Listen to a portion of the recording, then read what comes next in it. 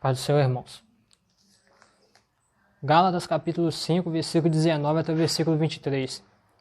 Diz: porque as obras da carne são manifestas, as quais são prostituição, impureza, lascívia, idolatria, feitiçarias, inimizades, porfias, emulações, iras, pelejas, dissensões, heresias, invejas, homicídios, bebedices, grotonarias e causas semelhantes a estas, acerca das quais vos declaro, como já antes vos disse, que os que cometem tais coisas não herdarão o reino de Deus. Mas o fruto do Espírito é caridade, gozo, paz, longanimidade, benignidade, bondade, fé, mansidão, temperança. Contra essas coisas não há lei. O estudo do pentecostal fala: nenhum trecho da Bíblia apresenta um nítido contraste entre o modo de vida do crente, cheio do Espírito, e aquele controlado pela natureza humana, pecaminosa.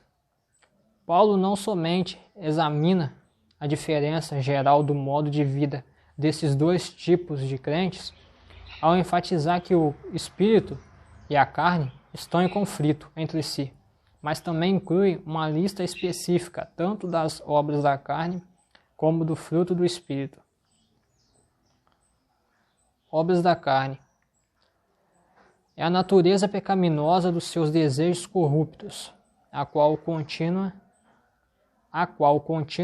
no cristão, após a sua conversão, sendo seu inimigo mortal, como diz Romanos capítulo 8, versículo 6.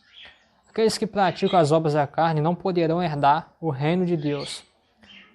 Por isso, essa natureza carnal pecaminosa precisa ser resistida e mortificada numa guerra espiritual contínua, que o crente trava através do poder do Espírito Santo. Romanos capítulo 8, versículo 4.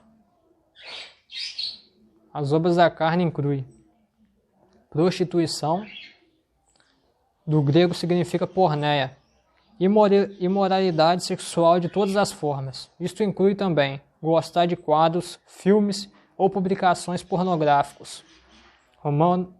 Atos capítulo 5, versículo 32. Os termos mogeia e porneia são traduzidos por um só em português: prostituição, impureza, pecados sexuais, atos pecaminosos e vícios, inclusive maus pensamentos e desejos do coração. Efésios capítulo 5, versículo 3. Lascívia,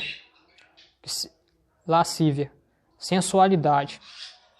É a pessoa seguir suas próprias paixões e maus desejos a ponto de perder a vergonha e a decência. 2 Coríntios capítulo 12, versículo 21.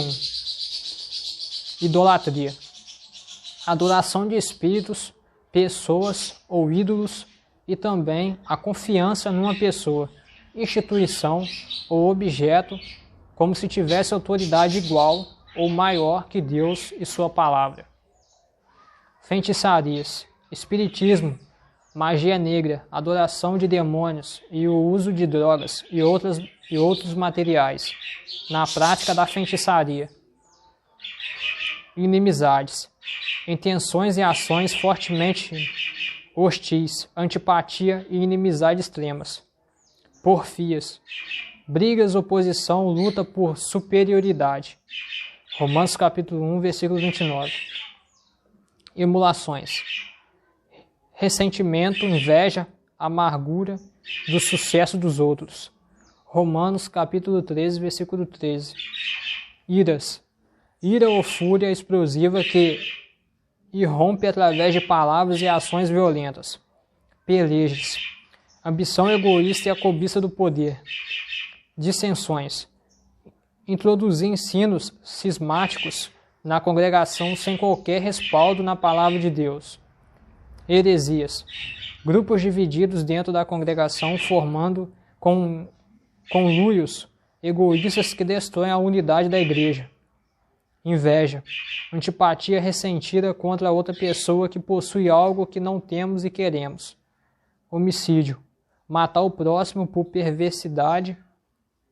A tradução do termo fonos na Bíblia de Almeida está embutida na tradução de meter, a seguir por tratar-se de práticas conexas. Bebedices, descontrole das faculdades físicas e mentais por meio de bebida embriagante. Grotonarias, diversões, festas com comida e bebida de modo extravagante e desenfreado, envolvendo drogas, sexo e coisas semelhantes. As palavras finais de Paulo sobre as obras da carne são severas e enérgicas. Quem se diz crente em Jesus e participa dessas atividades iníquas, exclui-se do reino de Deus e não terá salvação. 1 Coríntios capítulo 6, versículo 9. Agora fala sobre o fruto do Espírito. Em contraste com as obras da carne, temos um modo de viver íntegro e honesto que a Bíblia chama o fruto do Espírito. Essa maneira de viver se realiza no crente, à medida que ele permite que o Espírito dirija e influencie sua vida de tal maneira que ele, o crente, subjugue o poder do pecado, especialmente as obras da carne, e ande em comunhão com Deus. Romanos capítulo 8, versículo 5 até o versículo 14 fala sobre isso. O fruto do Espírito inclui caridade, interesse e a busca do bem maior de outra pessoa sem nada querer em troca. Gozo, a sensação de alegria baseada no amor, na graça, nas bênçãos, nas promessas e na presença de Deus. Bênçãos estas que pertencem àqueles que creem em Cristo. Paz, a quietude de coração e mente, baseada na convicção de que tudo vai bem entre o crente e seu Pai Celestial. Longanimidade, perseverança, paciência, ser tardio para a ira-se ou para o desespero. Benignidade, não querer magoar ninguém, nem lhe provocar dor. Bondade, zelo pela verdade e pela retidão e repulsa ao mal. Pode ser expressa em atos de bondade, ou na repreensão e na correção do mal.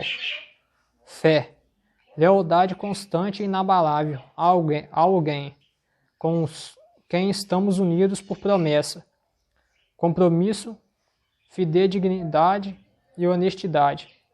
Mansidão, moderação associada à força e à coragem descreve alguém que pode irar-se com equidade quando for necessário e também humildemente submeter-se quando for preciso, para a mansidão de Jesus. Mateus 11, capítulo 11, versículo 29. Marcos capítulo 3, versículo 5, que fala sobre Paulo. E Moisés também. Temperança, o controle ou o domínio sobre nossos próprios desejos e paixões, inclusive a fidelidade aos votos conjugais, também a pureza.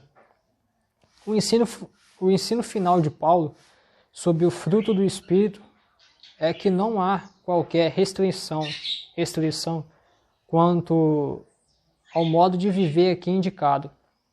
O crente pode e realmente deve praticar essas virtudes continuamente. Nunca haverá uma lei que lhes impeça de viver segundo os princípios aqui descritos.